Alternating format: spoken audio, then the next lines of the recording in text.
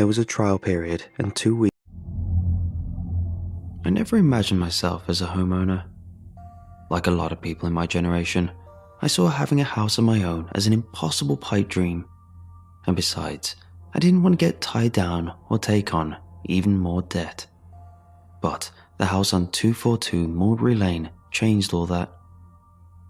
Of all the cringy, cliche things I did after my last breakup, the only one that doesn't hurt to think about was applying for a job in a town on the other side of the country.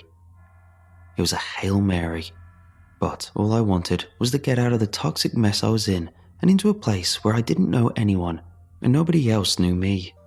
A fresh start. The video connection must have been bad enough that the interviewer couldn't make out my hungover eyes or hear the quaver in my voice, because I got the job. Although I was intimidated by the high pay and responsibility, I took to it better than I'd hoped. My new co-workers were kind, quirky people who helped me to meet people and come out of my shell, and soon I'd fallen in love with the town we all called home. I was so sure about my new life that I started looking for a house to buy after only 1 year.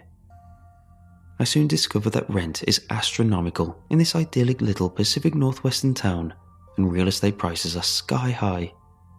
Even with my high salary, I doubted I'd ever be able to save enough for a down payment while also paying rent, bills, and my student loans. Every place I found was either so expensive or so shoddy that it became a sort of dark game among my co-workers to see who could find the worst house for sale.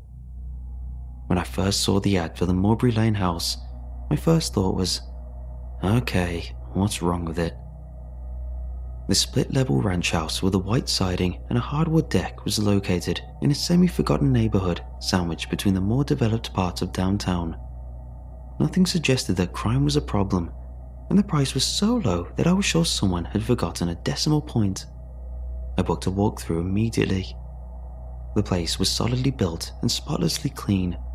The friendly agent explained that it had stood vacant for a few weeks since the death of the former owner, an older woman who lived alone. Apparently, there were no suspicious circumstances surrounding her death. She had simply drowned in the bathtub. I wondered if that was the reason for the spotlessness of the place.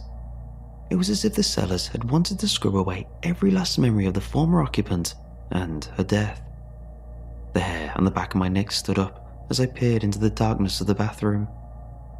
Would I really be okay living in a place where someone had died recently? I told myself that I was being silly, that in my countless moves from apartment to apartment, I had surely shared a space with the newly departed dozens of times. Suddenly, I wasn't so sure about all this, until I walked out the door and turned around to look at the place one last time.